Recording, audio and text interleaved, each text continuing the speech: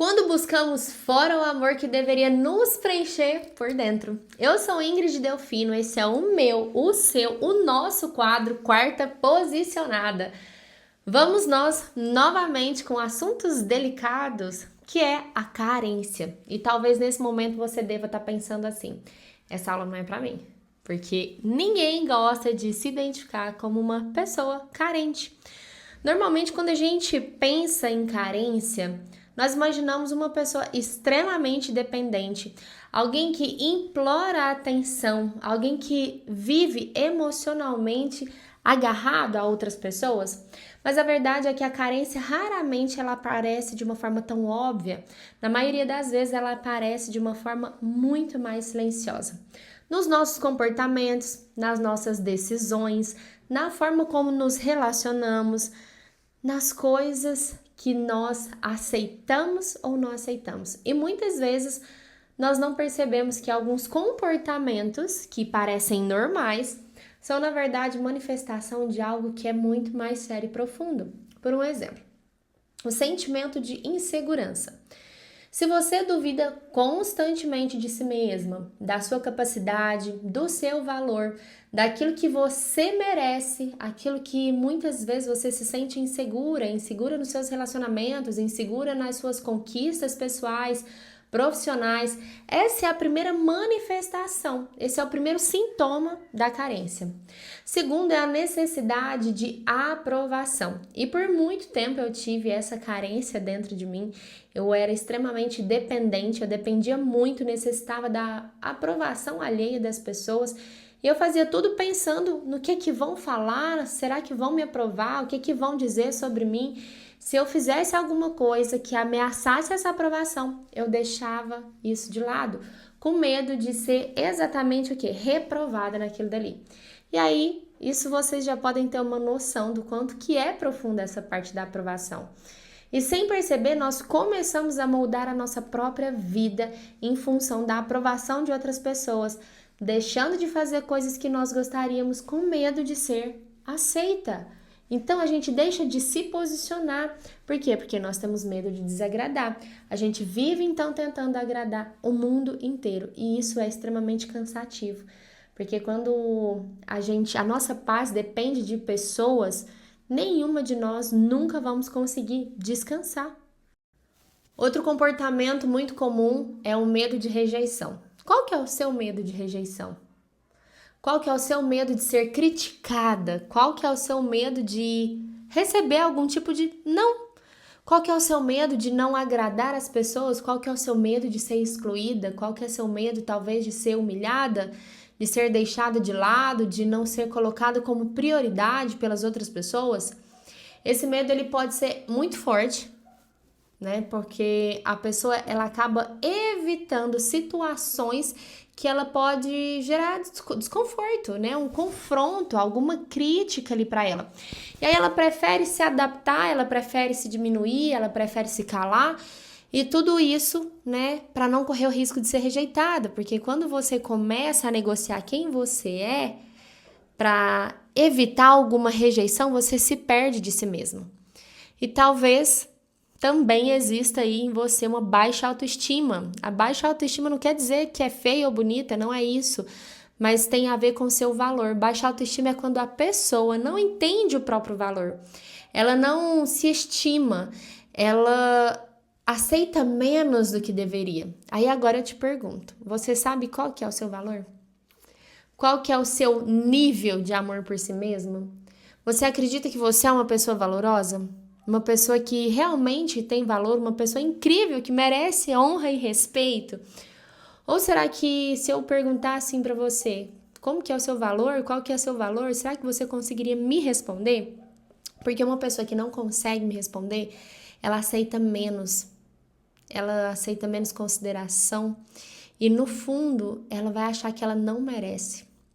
Outro comportamento muito comum é o sentimento de um vazio interno, aquela sensação de que algo está faltando, mesmo quando parece que está tudo bem. É um vazio silencioso e aí a pessoa ela vive tentando preencher esse vazio com relacionamentos, com distrações, com experiências vazias, com festas sem sentido, qualquer coisa que dê a sensação momentânea de preenchimento, mas depois volta o vazio. Outro comportamento também muito comum é o medo de ficar sozinha. Medo de ninguém te amar, medo de ninguém te querer, medo de que você não é boa o suficiente para uma pessoa, medo de que você nunca vai encontrar alguém que realmente te ame, que te valorize, medo de você terminar sua vida sem ninguém.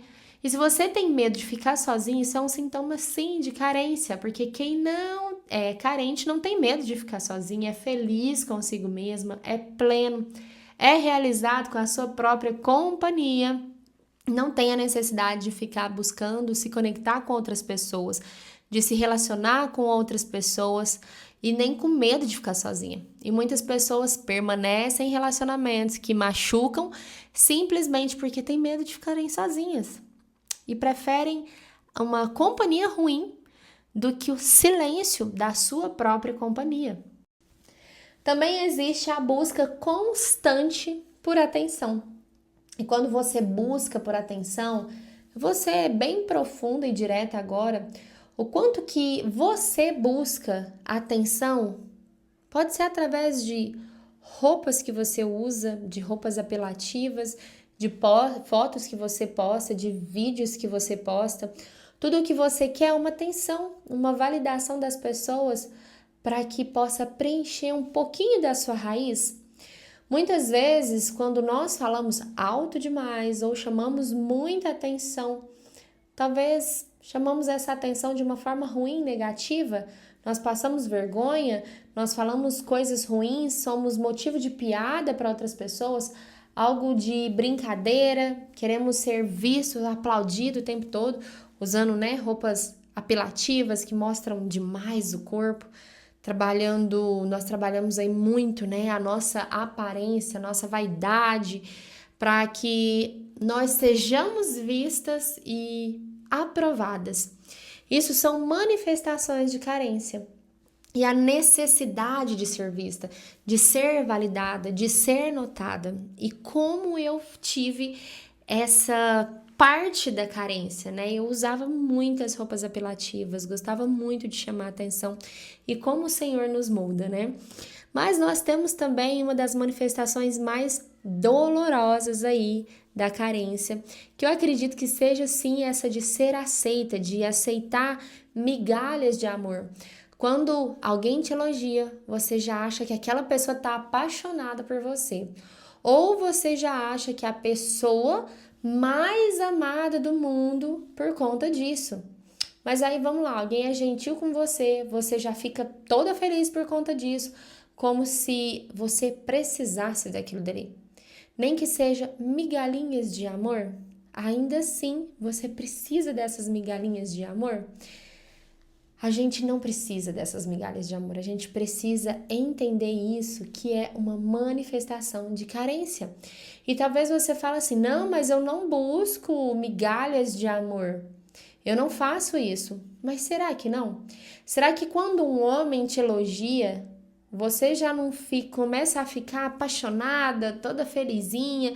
Porque isso está mostrando que você quer preencher um vazio emocional que você tem. Quando a pessoa é gentil com você, apenas simplesmente gentil, você já começa a pensar coisas demais, a pensar que, nossa, eu vou casar com essa pessoa. Ou então ela te responde nos stories, você já fica, nossa, imagina como que vai ser a vida juntos quando, por um exemplo, o cara começa a te desprezar, fica com várias pessoas, quando ele não tá nem aí pra você, te trata mal e ainda assim você o busca, ainda assim você deseja aquilo. Mas você já fica em busca o tempo todo dessa migalha de amor. Então, quando alguém te dá um pouquinho de atenção e isso já parece ser suficiente, isso não é amor. Isso são migalhas de amor. E também existe, eu e você, mendigar por amor, e isso é diferente. Migalhas de amor, eu estou recebendo migalhas, mas eu preciso também muitas vezes mendigar amor. Eu tô mendigando amor quando uma pessoa se humilha para ser amada, quando ela corre atrás de quem não valoriza ela, insiste naquilo dali que já acabou, que não tem mais nada. Ela envia mensagem demais, ela se diminui demais, aceita coisas que nunca imaginou aceitar. Tudo para não perder alguém. E às vezes chega ao ponto de abrir mão dos próprios valores, abrir mão dos próprios princípios, abrir mão do limite que existe para ela, para se sentir pertencente. Mas todos esses comportamentos que eu mencionei acima, eles não são o problema principal. Eles são simplesmente consequências. E é agora que eu quero te falar sobre a origem dessas consequências, desses sintomas, porque a carência, ela nasce quando algo dentro de mim e de você fica vazio. E eu quero explicar de uma forma muito simples aqui para vocês. Imagina, dentro de cada pessoa existe uma caixinha de amor. Uma parte dentro de nós que precisa ser preenchida. Quando essa caixinha ela está cheia, a pessoa vive de uma forma diferente. Agora, ela vai conhecer o valor dela, ela consegue se posicionar, ela não aceita qualquer coisa, ela não vive desesperadamente em busca de validação. Mas quando essa caixinha está vazia ou quando ela foi preenchida só algumas partes, ainda assim ela está bem vazia, a pessoa começa a tentar preencher de outras formas, com relacionamentos, com atenção, com aprovação, com validação, com qualquer coisa que traga a sensação de ser amada. Mas existe um problema nisso. Nada disso consegue preencher essa caixinha completamente, porque eu e você, nós somos criados para ser preenchidos por um amor específico, o amor de Cristo. Nós somos feitas a partir desse amor. Nós fomos criadas por esse amor. E quando esse amor não está ocupando o lugar central dentro de mim, dentro de você, sempre vai existir um vazio. E quando esse vazio existe, a carência ela vai aparecer.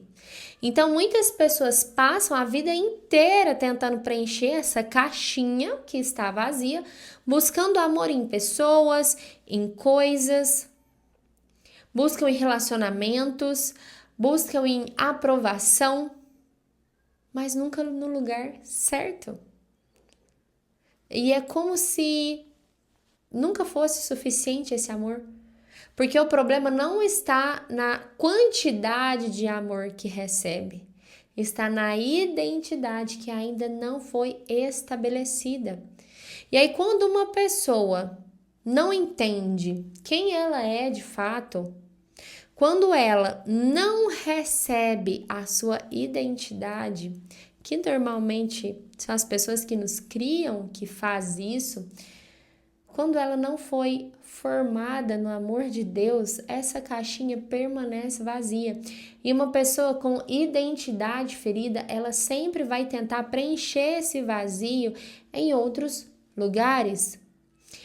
Mas quando você entende quem você é em Deus, algo começa a mudar dentro de você. E quando esse algo começa a mudar dentro de você, você para de mendigar amor, você para de aceitar migalhas, você para de viver tentando buscar a aprovação de tudo, provar o seu valor em tudo. Porque quem conhece o próprio valor não negocia a sua identidade para poder ser amado. Não negocia. Quando o amor de Deus ele preenche toda essa caixinha, você não precisa mais buscar desesperadamente por aquilo que antes parecia que estava faltando na sua vida. E isso não significa que você não deseja ter relacionamentos, não deseja ter coisas. Significa que você não depende deles para existir.